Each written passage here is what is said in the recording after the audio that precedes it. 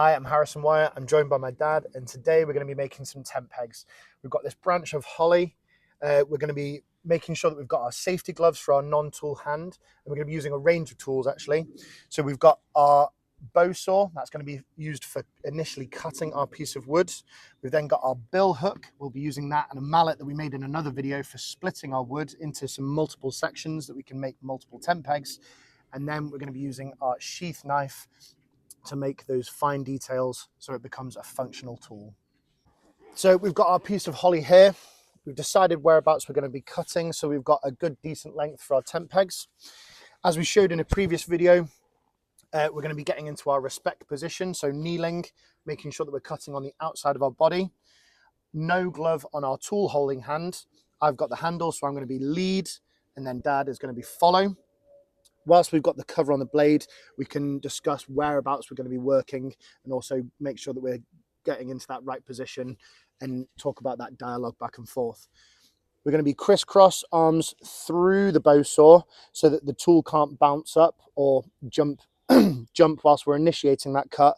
And then once the blade is in the wood, we can then move our arms into a working position.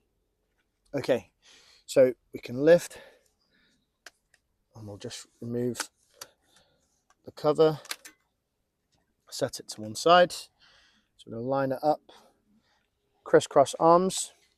We'll start with the blade over here. And again, letting the blade do the work. Lead, follow. Let's line it up, that's it. Lead, follow, lead, follow, lead, follow, lead, follow, lead, follow, lead, follow, lead, follow, lead, follow, and pause. Okay, the blade started to go down into our piece of wood there, so we can now move our arms into a nice stable position and we can continue.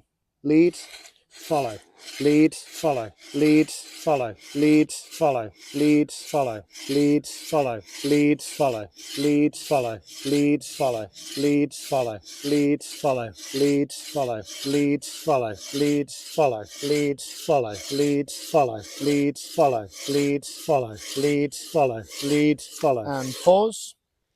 Okay, the blade is now at the height of the position we're working in.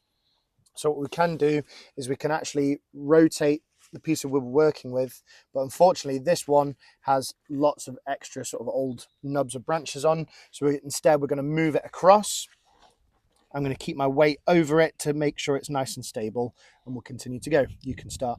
Follow, lead, follow, lead, follow, lead, follow, lead, follow, lead, follow, lead, follow, lead, lead. Lovely. Once we're done with the cut, cleaning off the blade from above and replacing the cover.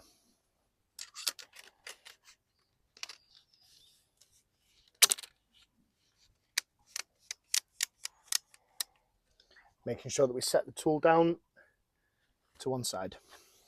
So having cut our piece of holly, we've then lined it up on a nice flat surface, and again it's raised as well. If we were to try and use the bill hook for splitting our wood on the floor, it's too soft a surface and any of that impact just gets absorbed. So it makes it a lot more of a harder job. But here we're all ready. Now, when we're using the bill hook, we use a 3-question command dialogue back and forth with our partners. First question is how hard? Second question, how many times? Third question, are you ready? For myself, I'm going to be holding the bill hook. So I take gloves off my hands, can remove it from its cover. I'm going to line up the bill hook. We want to be splitting this piece of wood into roughly 6, maybe even 8 tent pegs. So I want to line it up with the diameter of our piece of wood, and I want the blade to be as vertical as possible to make it a nice clean split. So I'm going to line it up just there. I'm going to hold the handle like I'm riding a bike with one hand, and then using my thumb and fingers on the other side, grip there. Dad is going to ask me those 3 questions. So how hard? How hard? Let's go medium. How many? How many times? We're going to start with 2, and then he'll ask if I'm ready. Ready? Ready. Okay, it's a nice firm bit of wood. So we're going to go hard this time. How many? How many? 3. Ready? ready. Lovely. Now that that second hit has taken the bill hook below the height of this, I can remove my hand, and Dad is then going to work on this rounded part of the blade, making sure that I'm nice and far away. Ready? Ready. Lovely. So that's gone all the way through. We've got a nice split. Oh, lovely. Look down there, the center of that grain. Fantastic. So now that we've got those two parts, what we can do is we can think about where our next split is going to be. For this, I want to be lining up my bill hook. So I'm going to steady the piece of wood, get my hands in the right position. How hard? Medium. How many? 3. Ready? Ready. Fantastic. Now, the benefit of the bill hook there, you could see the tip actually made contact. Should, by accident, someone's hand be in the way, it reduces the risk of anyone's damage. But again, we're in the right position. You can see there that we are slowly splitting this down. I reckon we're going to be able to get 8 tent pegs out of this. So I'm going to line it up one more time. So we'll split each of these quarters. How hard? Medium. How many? 2. Ready? Ready. Fantastic.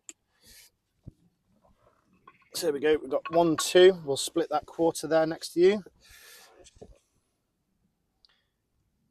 So again, what we're going to do is we're going to split the rest of this wood, and we'll end up with 8 equal parts.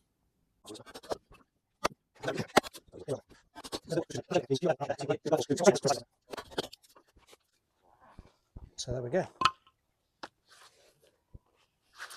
Having finished with the tool, we can replace it back and set it to one side.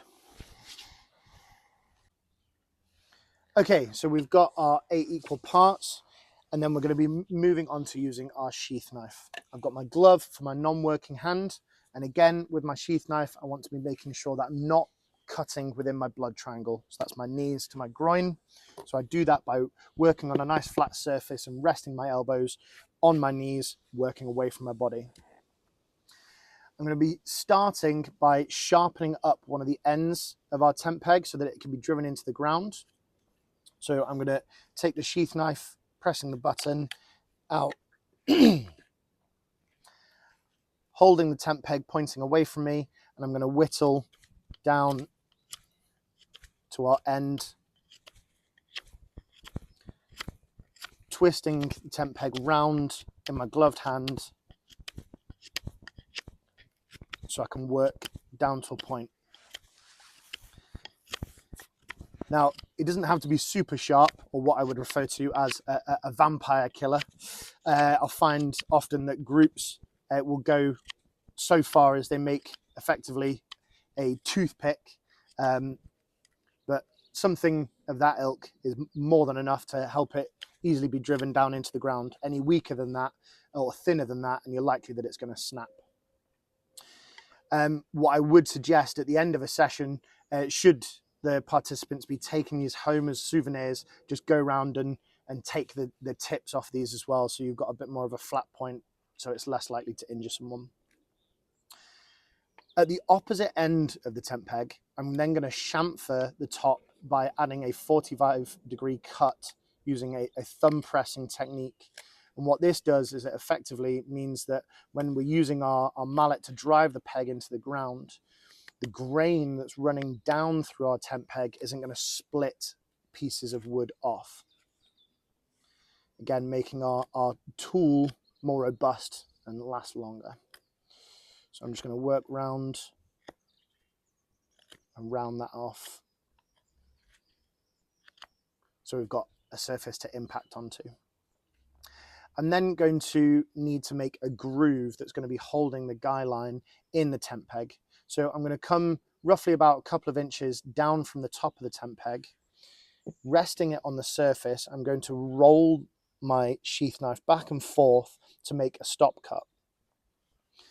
And then again, going to use our more intricate thumb pressing technique to carve up to that stop cut.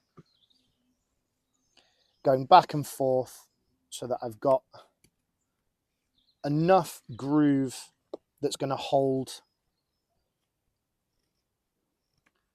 our guy line for any sort of shelter that we're making.